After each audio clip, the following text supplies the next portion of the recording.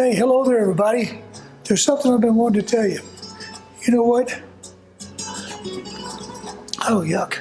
I started this idea about having a new YouTube channel. So I started one about a month ago. Put some videos up there that I want y'all to check out. And I decided I was going to make a video about what all the hell happened last year.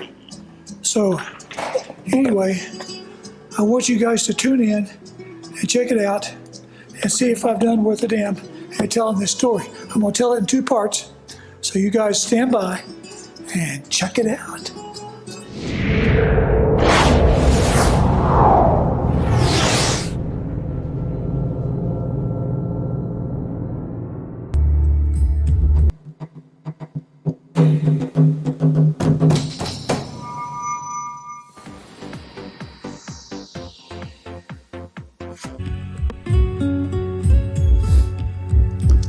So what did happen in 2019? Well, we'd sold out pretty much everything. We moved out and then almost died. But I'm going to present all this in two parts. Part one is the first half of the year. Then in part two, the second half. You know, I've made a dozen or so home movies over the past 4 years, but most of them I put on a remote hard disk and it failed. And I didn't have a backup. My bad. But back then I posted all my videos to Facebook pages. Then I quit Facebook because it was driving me crazy and I lost all access to all those early home movies. But I have a new YouTube channel now. It was just activated about a month ago and I was able to find, I think, 5 of the old home movies, so I uploaded them up there. So here's the deal about this past year, at least the first half of it. First, this is the good parts, okay? So first we sold the boat. She was a Bristol 52-foot yacht built in Taiwan, a PT-52 cruiser. And after all the refitting and painting and upgrades we had undertaken, she was a true showboat and fun to parade around the yacht club. Some of you've seen her, some of you've spent the night on her. We never really got to take the family out on her nearly as much as we wanted to, but it was time for her to go. All the cliches you hear about buying and selling a boat are very true. She was a joy to acquire and sail, but she was a hole in the water that you could pour buckets of money down literally daily. Great day when I finally sold that boat. Now that started off the year. So long, old girl, you were fun, but you were a high-maintenance lady that could be extremely hard to support. So, next, well, we sold the company, Texas Blaster. It was time to retire. Now I've got to figure out what to do with myself all day when I've got nothing to do with no job. Now, without a boat to tend to take me to the marina and no company located downstairs, we thought about it and we decided we didn't need to live in the Hurricane Alley anymore, so it was time to think about moving to higher ground. You see, we lived down near Galveston Bay in Clear Lake, so we sold the Forest Avenue house and we moved to a place called the Woodlands. Now, how we found the house down near the bay is a great story on its own, and it turned into a truly dreamboat house. Since that acquisition has its own story, I'm going to try to make an effort someday to give it its own entire documentary movie. It's a true neat thing. She was one of the prettiest homes I'd ever owned, and it had some great houses, but she was the showboat home indeed. But we were indeed tired of keeping up that big 2-story house with almost an acre of it lawn and loads of yard to maintain. In fact, we were done.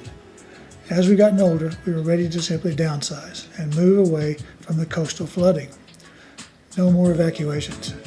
Another very important factoid that we had sold the Texas Blaster. So we were officially retired and we didn't need the big large downstairs space anymore to manufacture the sandblasters.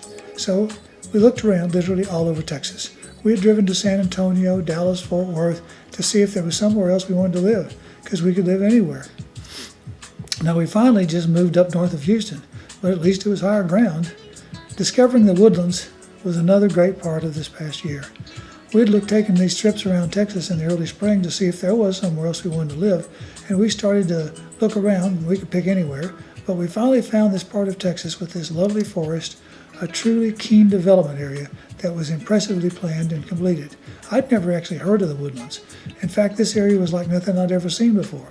The planning and the forethought that went into this area is incredible.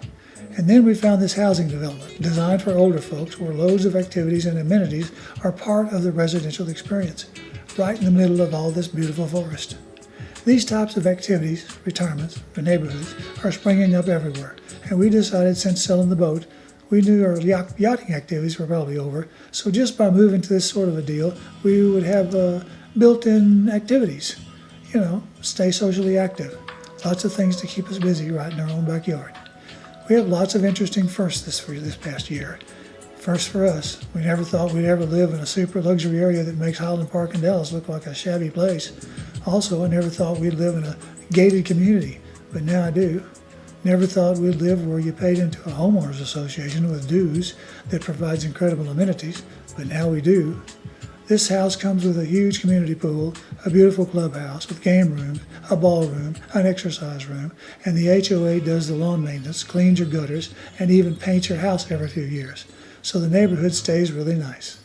We found the Woodlands area completely by accident. We were just coming back from one of our Texas trips in early springs and came through here and went, whoa, this is cool. So we bought our current house in late May. Then we finally sold the big white house in July. So we moved to the Woodlands on August the 11th. We made several improvements during the summer months while we were two homeowners, and then we decided to move. The Windsor Lakes development where we purchased is pristine. The home, although much smaller, is well appointed, and I'll make another detailed film about this house after we get it put together and when we can show you what it really looks like.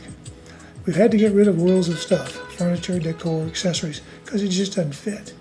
So we downsized greatly. This means we needed to acquire lots of new things to complete our new home.